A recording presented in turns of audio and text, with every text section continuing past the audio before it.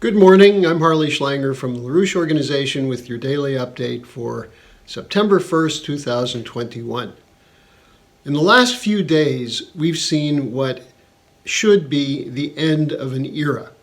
There have been proclamations of that sort last night from President Biden. Helga Zepp-LaRouche has been emphasizing this for the last year, that we must get over this era dominated by geopolitics and neoliberalism. But I want to begin by making clear what we mean by this era that is hopefully coming to an end and how we're going to move into a new era, a new paradigm. Now, what characterized this old era is the period since especially the fall of the Soviet Union and the declaration by the Project for a New American Century, the neocons who created the Iraq War and ran the policies that led to never-ending wars. They argued that the fall of the Soviet Union was the victory of a neoliberal order dominated by the military power of the United States, backed up by its Western allies, NATO and the United Kingdom. Now, this was an era defined by geopolitics, essentially the idea that we're going to continue to have an enemy image. Remember, from World War II until the fall of communism, the world was divided into two competing blocs. The Western bloc, dominated by the United States military, and the East bloc, dominated by the Soviet military. When that broke down in 1989, 1990, we had the potential to break from this era in which we defined our politics based on an enemy image, and use that enemy image to justify huge defense budgets and a military that was deployed to defend the financial interests of the empire centered in the city of London. Now, when we say the era is ended, we have to end the era of geopolitics, which includes such things as regime change, color revolutions, and wars, which are done on behalf of the protection of an order which itself, a financial order which has collapsed. The rules-based order, the arbitrary rules to defend the financial system, is what we're seeing come to an end. This is dominated by the British through MI6, through their cultivation and alliance with the neocons in the United States, the unilateralists in both parties. And by ending this era of geopolitics, we also must end the era of domination of neoliberal economic policies. This includes globalization, and globalization on behalf of what?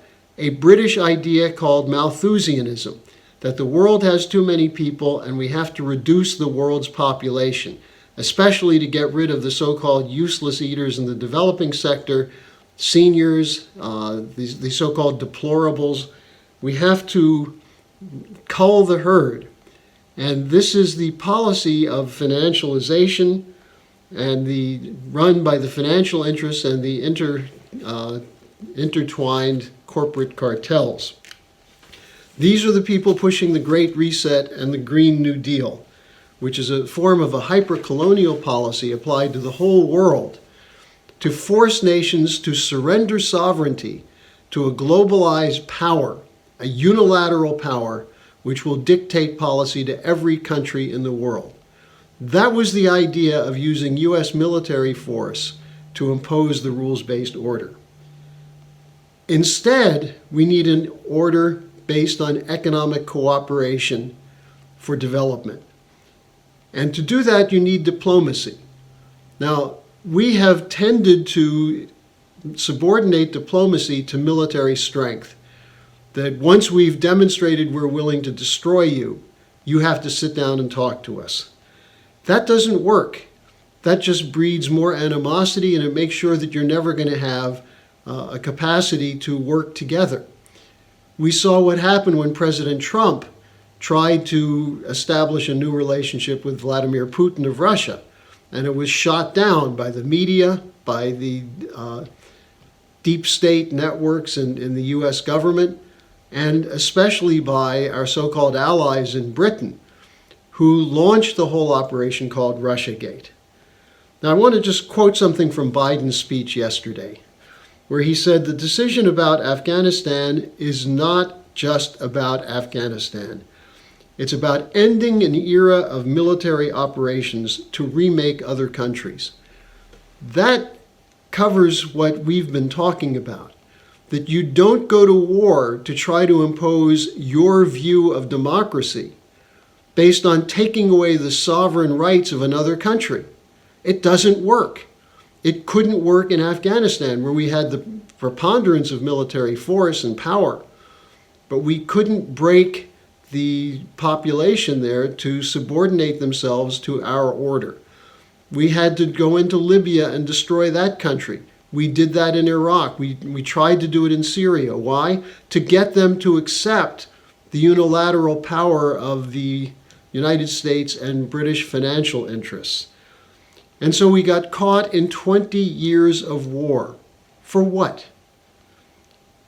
What is called the deep state actually used these wars to advance terrorism, to create new terrorist capabilities, as in Syria, where it's documented by Michael Flynn, among others, that the U.S. aided and trained and armed the Islamic terrorists, the Al-Qaeda, the ISIS, the al-Nusra forces in Syria, in the attempt to carry out a regime change against Bashar al-Assad.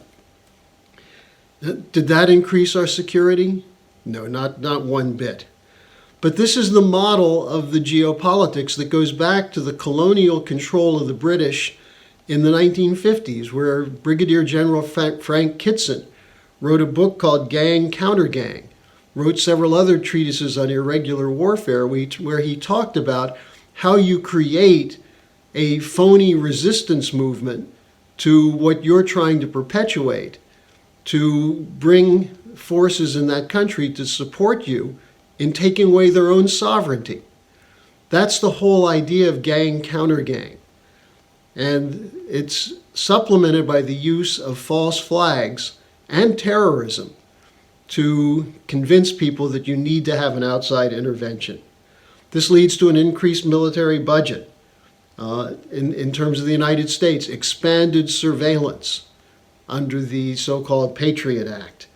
The media cartels are used to promote the narratives, and the narratives are sharpened by think tanks and academic figures who are funded largely by the corporate cartels.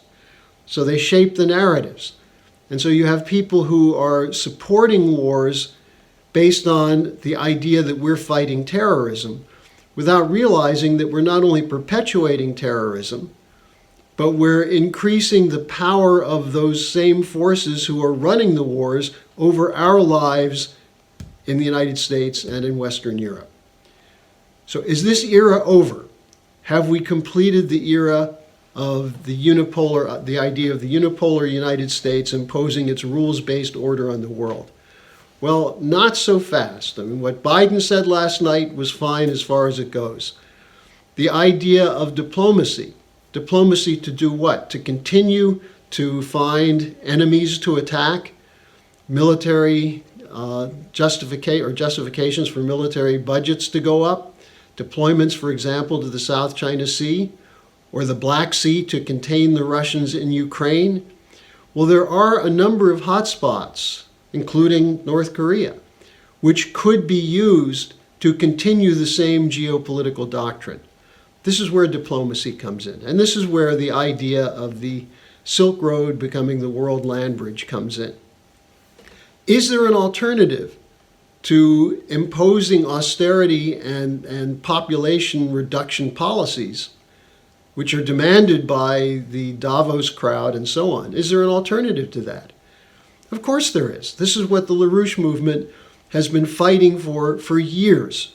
A policy of economic development based on using principles of scientific and technological progress to improve the wealth production capability of the population so as to afford a better standard of living for a growing number of people.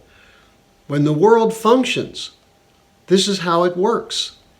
LaRouche developed the concept of the relationship between energy flux density, which is technological progress in energy production, applied to physical principles of the machine tools development and so on to increase the exponentially the capability to produce real wealth that can then increase the potential to feed and clothe and house and educate and provide health care for a growing population, to increase what he called the potential relative population density.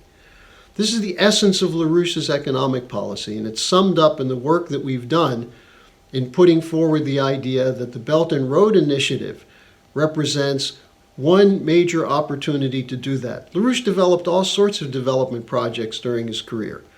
But right now, when you look at Afghanistan, you look at the potential to break out of this old era, the best means we have would be to cooperate with Russia, with China, with neighboring countries like Iran, India, Pakistan, Turkmenistan, and Uzbekistan, Tajikistan, to work with the Afghan government, whatever comes out in Afghanistan, to say to them, we don't want war, we want to help you develop your population.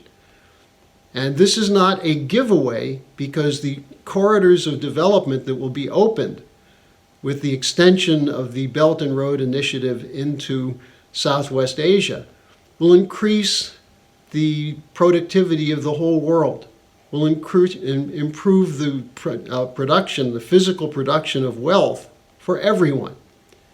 So it's not a question of welfare, a question of giveaways. It's a question of what makes sense in terms of how you can use the creative potential of human beings to develop a planet so that people can be fruitful and multiply. That's the LaRouche policy. That's what should shape the diplomatic negotiations that go on from this point forward. If that's what Biden intends, if that's what Blinken meant when he said now the military's operations are done, we now turn to diplomacy, if that's what they mean, that would be great. To make sure that's what is done, though, we need a mobilization of the American people. So join the Schiller Institute. Join with us to make sure that the end of an era does not catapult us into a worse era of larger confrontations with Russia and China, for example, but an opportunity to bring in a new paradigm based on what the Chinese call a win-win model, where the benefit of the other becomes a central feature of our policy. And diplomacy on that basis will work. Thanks for joining me, and I'll be back with you tomorrow.